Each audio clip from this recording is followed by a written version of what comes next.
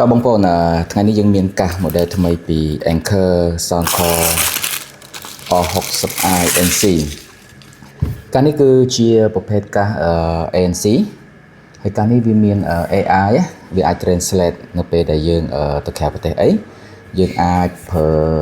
app របស់វាហើយយើងឲ្យគេស្ដាប់មកខាងម្នាក់ទៅអញ្ចឹងពេលគេនិយាយភាសាចិនអីវា translate មកខ្មែរហ្មងឬមកអង់គ្លេសអីវា translate មកខ្មែរហ្មងតោះឥឡូវយើងទៅ unbox ទាំងអស់គ្នា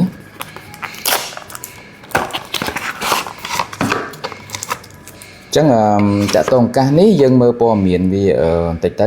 ចឹងតាក់ទងនឹង driver របស់វាគឺ 11mm ចឹង adaptive ANC មាន AI translator កាសក្របកាសនេះបាន10ម៉ោងបើយើងប្រើទាំងប្រអប់ទៅបាន50ម៉ោងហើយវាមាន high resolution LDAC ជាមួយនឹង ABAS សម្រាប់ការពារទឹកបាន IP55 យើងអាចពាក់ហាត់ប្រាណបានចឹងនៅក្នុងប្រអប់វាមានសភៅណែនាំមួយអានេះគឺជាពងត្រចៀកសម្រាប់យើងដូរណាវាមាន S L ហើយនិង XS សម្រាប់នៅក្នុងកាសនេះវាមាន size M ហើយចឹងខ្សែ Anchor USB A ទៅ USB C អញ្ចឹងប្រអប់កាសនេះវា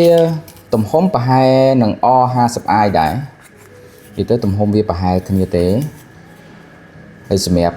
ខាងក្រោយនេះយើងមាន Type C មួយហើយនឹងសម្រាប់យើងដាក់លេនយ៉ាតអញ្ចឹងគ្រប់កាសមកគេអូខេអញ្ចឹង design កាសបែបនេះមានន័យថាវាពាក់ចូលទៅជាហឹបល្អមែនតើអញ្ចឹងសម្រាប់អ្នកដែលគាត់ចូលចិត្តបាសបុកខ្លាំងកប់ពាក់ហាត់ប្រាណណាអានេះគឺសម្រាប់អតិថិជនដែលគាត់ចូលចិត្តបាសខ្លាំងហើយអញ្ចឹងដោយសារ design ចេះវាហឹបទៅជាហ្មងគឺវាអត់មានខ្យល់ចូលត្រចៀកទេហើយ ANC ក៏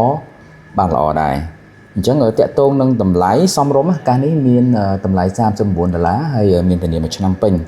បងប្អូនរកបានគ្រប់សាខា UFO Store ទាំងអស់បងប្អូនក៏អាចធ្វើការ test សិនទៅមុននឹងទិញយើងអាចធ្វើការ test សលេង test អីសិនទៅពាក់វាត្រចៀកល្អអត់ចាំយើងទិញអញ្ចឹងណាអញ្ចឹងថ្ងៃនេះយើងមានតែប៉ុណ្ណឹងអរគុណ